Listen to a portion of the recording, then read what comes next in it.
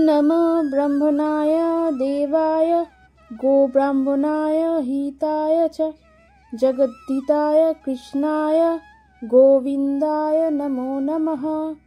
पापोऽहं पापकर्महं पापात्मा पापसम्भवः ताहि मां पुण्डरीकाक्ष सर्वपापो हरो हरि। রাধে কৃষ্ণ। গর্গ সংহিতার মাধুর্য খণ্ডে অষ্টম অধ্যায়ের 41 এবং 42তম শ্লোকে নারদমুনি এবং রাজা বহুল্লাদের সঙ্গে বার্তালাপের কিছু উল্লেখ রয়েছে। ওই সময় নারদমুনি একাদশী মহিমার গুণগান করতে করতে বহুল্লাদকে বলেন, যেসব মানুষ শুদ্ধ ভক্তিভাবে একাদশী ব্রত পালন করেন সে তার মাতৃকুলের 10 পুরুষ, পিতৃকুলের 10 পুরুষ এবং নিজের স্ত্রীর বংশকুলের 10 পুরুষ উদ্ধার করে দেয়। ঠিক এমনই বিশেষ এই একাদশী তিথি বরুথিনী, অর্থাৎ যা সমস্ত বর প্রদান করতে সক্ষম এবং যা সমস্ত ভৌতিক সম্বন্ধকে কাটিয়ে আধ্যাত্মিক গন্তব্য প্রদান করে। প্রত্যেক মানুষের মনে কোনো না কোনো আশা অভিলাষা থাকে, কিন্তু এই ইচ্ছা এবং অভিলাষা যদি ভৌতিক সুখকে প্রাপ্ত করার জন্য হয় তাহলে তা সবসময় দুঃখের কারণ হয়ে দাঁড়ায়। আর যদি এই ইচ্ছা বা অভিলাষা আধ্যাত্মিক হয়, ভগবানের সেবার জন্য হয়, তাহলে তা ওই ব্যক্তিকে পরম সুখ প্রদান করে।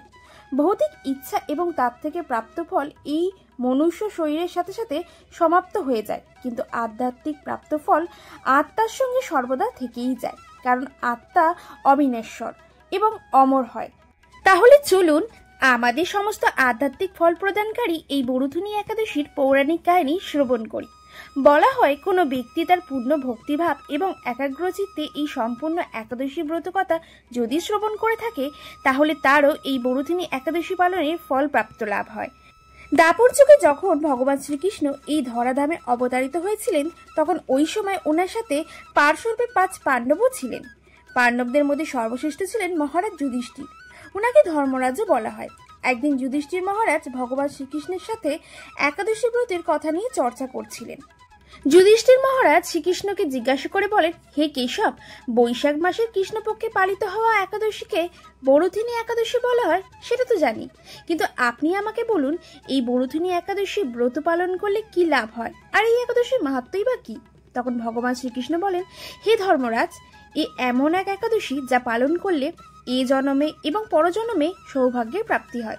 শুধু তাই নয়, প্রত্যেক জন্মে এই একাদশীর পালন করলে ব্যক্তি বাস্তবিক গন্তব্য পালন করতে করতে এই জন্ম মৃত্যুর চক্র থেকে সর্বদা মুক্ত হয়ে যায় এবং আধ্যাত্মিক লোক প্রাপ্ত করে। এই সেই একাদশী যার পালন করে মহান রাজা মান্ধাতাও মুক্তি লাভ করেছিলেন। পৌরাণিক কাহিনী অনুসারে একসময় ইক্ষ্বাকু বংশের রাজা ছিলেন ত্রিশঙ্কু। তার পুত্রের নাম ছিল ধুন্ধুমার। রাজা ধুন্ধুমার ছিলেন অত্যন্ত পরাক্রমী, তেজস্বী এবং ভগবানের ভক্ত।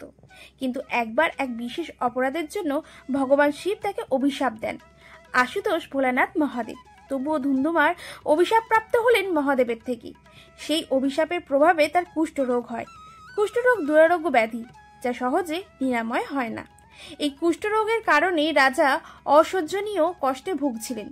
কিন্তু শ্রী ভগবানের কৃপায় হঠাৎ একদিন রাজা জানতে পারলেন এই বরুথিনী একাদশীর কথা। রাজা ধুন্ধুমার শ্রদ্ধাপূর্বক ভক্তি ভরে বরুথিনী একাদশী পালন করলেন, আর আশ্চর্যজনকভাবে রাজার দুরারোগ্য কষ্ট সেরে যায় এবং যথাসময়ে তিনি পরম আধ্যাত্মিক গতি লাভ করেন।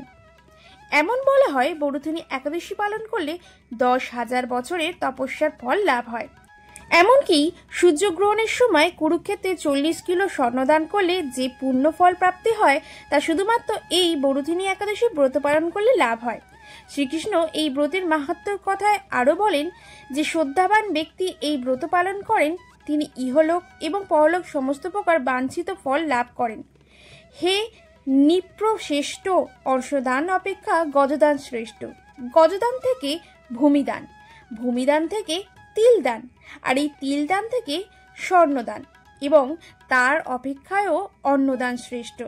অন্নদানের মতো শ্রেষ্ঠ দান আর নেই। পিতৃলোক, দেবলোক ও মানুষেরা এই অন্নদান নিয়ে পরিতৃপ্ত হন। পণ্ডিতেরা আবার কন্যাদানকে অন্নদানের সমান বলে থাকেন। স্বয়ং ভগবানও গোদানকে অন্নদানের সমান বলেছেন। আবার এই সমস্ত প্রকার দানের থেকেও বিদ্যাদান শ্রেষ্ঠ, কিন্তু এই বরুথিনী একাদশী ব্রত পালনে সেই বিদ্যাদানের সমান ফল লাভ হয়ে থাকে। তাই শিলা প্রভুপাদ বলেছেন, সব থেকে বড় দান সমাজ সেবার প্রবৃত্তি। মানুষজনকে ভগবানের সম্বন্ধে জ্ঞান প্রদান করা। তাই বিভিন্ন ইস্কন মন্দিরগুলোতে হাজারো লাখো সংখ্যায় ভক্তদের দ্বারা ভগবদ গীতা এবং শ্রীমদ্ ভগবতের জ্ঞান দেওয়ার জন্য সেবা করা হয়ে চলেছে। এবার সুমন করে নেব এই বড়দিনী একাদশীতে কি কি করা উচিত নয়।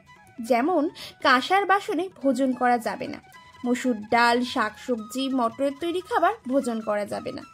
দশমী এবং একাদশীতে শারীরিক সম্বন্ধ না করাই ভালো। ব্রহ্মচারী পালন করা উচিত। মিথ্যা না বলা, নিন্দা না করা, নিন্দা কথা শ্রবণ করা উচিত নয়। ভগবান শ্রীকৃষ্ণ শেষে বলেন, যে ব্যক্তি নিষ্ঠা ভরে এই বড়দিনী একাদশী পালন করে সে সমস্ত পাপ থেকে মুক্তি হয় এবং সাক্ষাৎ আধ্যাত্মিক লোক প্রাপ্তি করে। এই বড়দিনী একাদশীর পৌরাণিক কাহিনীর ভিডিওটি কেমন লাগলো সেটা কমেন্ট বক্সে জানাতে ভুলবেন না। চ্যানেলে নতুন থাকলে অবশ্যই চ্যানেলটিকে সাবস্ক্রাইব করে যাবেন, আর ফেসবুক পেজ থেকে দেখে থাকলে পেজটিকে ফলো করে দেবেন। ভালো থাকবেন।